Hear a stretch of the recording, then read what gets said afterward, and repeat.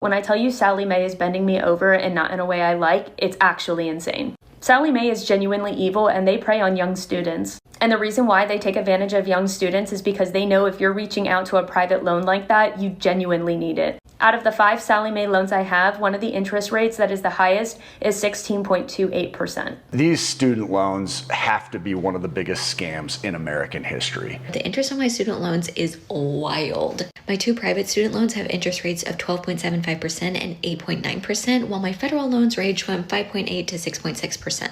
The private student loans are from my undergraduate degree, which I earned over 15 years ago. I would probably puke if I knew how much I had already paid. And to this day, I think about all the frivolous things I bought and did when I was in my teens and 20s with this money, and wow, if I would have known I would be paying for tank tops and fun nights out at bars 1,000 times over. You know, that's a terrific point. These student loans have to be one of the biggest scams in American history. The idea that these schools can offer these young kids, 18 brand new adults, hundreds of thousands of dollars in some cases, that can then be used for living expenses and going out to the bar or purchasing retail items at the mall is outrageous. And the fact that those can't be discharged in a bankruptcy is terrifying. And it's also one of the big reasons I think that these, they're really getting away with something here. Most of the time we find that people aren't even using the degrees that they paid so much money to obtain. Unless you're really going out there and getting into the sciences or into the medical field or into law, into engineering, I would say it's probably going to be worth reconsidering at this point whether or not college is worth investing in. So we see it here. She, at 35 years old, can't even get her life started yet. Over the next 15 years, I might have made some different choices. I started aggressively looking at my debt in January and truly didn't know the full financial picture until I got it all down on paper. Debts include 2 private student loans, 10 federal student loans, 1 auto loan, 1 private loan, and 13 credit cards. Even though I've already paid off about $31,000 of debt so far this year, I'm still not looking at being debt-free until 2040. I honestly cannot imagine another 15 years of paying on this debt. She's going to pay off $35,000 worth of debt this year, which is terrific. Good for her. Sounds like she's really buttoning things up, buckling down, getting focused, and staying consistent. That's the only way you can pay off tens of thousands of dollars per year. Why would it take her until 2040? The math doesn't check out. At $30,000 per year, if she could presumably do that every year moving forward, that's 15 more years. At $30,000 per year, we're talking $450,000 being paid. I think her math might be wrong. Sounds like she could pay it off a lot sooner than that. 15 years of paying on this debt, especially with so many other life milestones I want to achieve, like buying a house and having kids. I also just got engaged, and it truly makes me sick thinking about how I am bringing more than $150,000 of debt into our marriage starting out. Think about this. If she just waited 5 more years, and granted at 35 years old, it gets a little trickier if she wants to have children.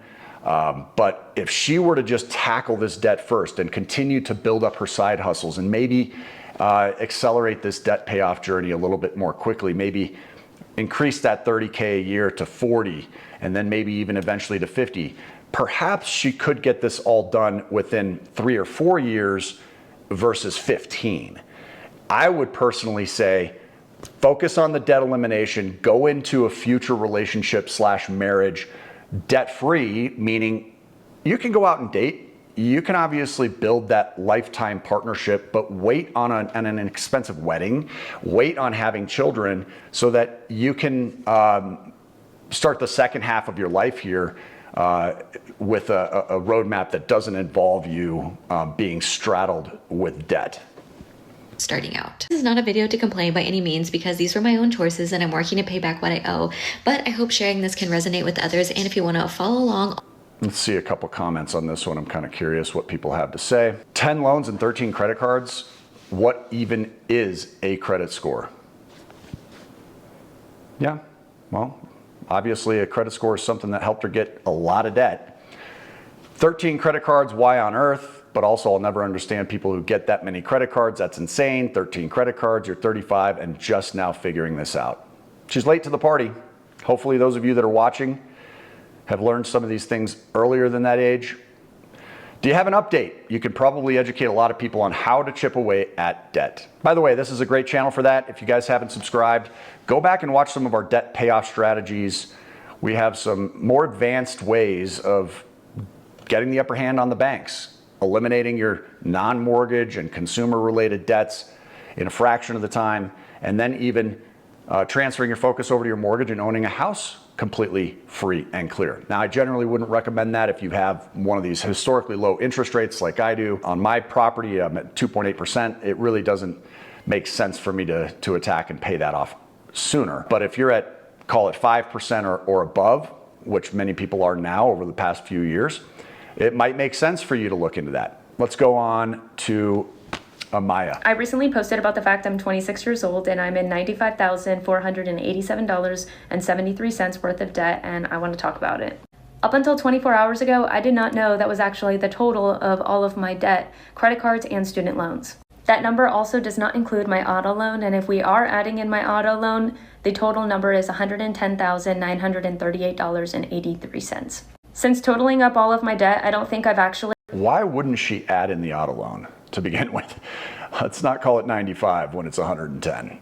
gotten one good breath of oxygen in the last 24 hours. I feel like there is an elephant sitting on my chest, and I don't think I can sit still because all I keep repeating is $95,487.73. All of this debt was racked up through decisions I made between the ages of 18 and 26. My first associate's degree I got from a community college and I didn't have to pay for because of the Pell Grant, but I decided to go to a university and got my bachelor's degree, which is where I really started to rack up the debt. Then in the last 2 years, I decided to finish a nursing degree at a community college in the last 2 years, but that's where I started to rack up even more debt. What really sucks is realizing that the majority of these student loans is not from tuition. It's actually from living expenses and living way above my means. My debt comprises of 2 credit cards, 5 federal student loans, and 5 private Sallie Mae loans.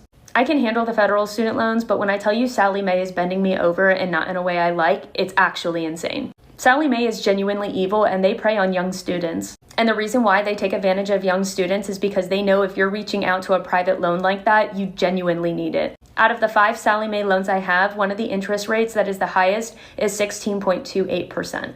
The lowest interest rate I have with Sallie Mae is 9.88%. Now, my federal student loans are between 4 and 6%, which I think is manageable. Although I had parents who would tell me what I should or shouldn't do, I never had anybody really sit me down and fully teach me financial literacy. I never had anybody sit me down and really explain to me the scope of what I was doing and what it would look like in the future when I had to pay for it. In the moment, all of the student loans just felt like fake money because they just kept coming and I just kept spending. Exactly. Ignorance is bliss, right? What we don't know can't hurt us. Guess what?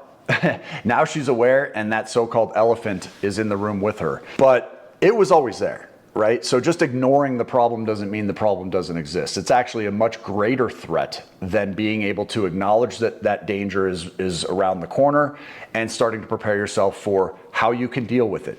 So I give this gal a lot of credit. It sounds like she was turning a blind eye to this stuff for a long time and has recently decided that that's not working and is now dealing with it. Sounds like she's really starting to take some time to educate herself, acknowledging the fact that our school system has failed us all. And I really wish her well. I think that she seems really bright and hopefully she can get this under control. It's not going to be easy. Debt payoff can take a very long time.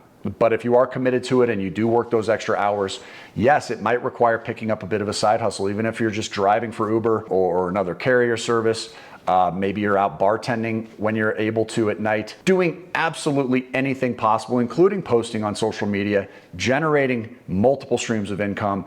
It can quickly turn into an extra $1,000 per month, $2,000 per month, or in some cases even better than that. And that means that you can really accelerate something that might take 10 years to get out from under down to say 5, right? If you can cut that in half, that's huge.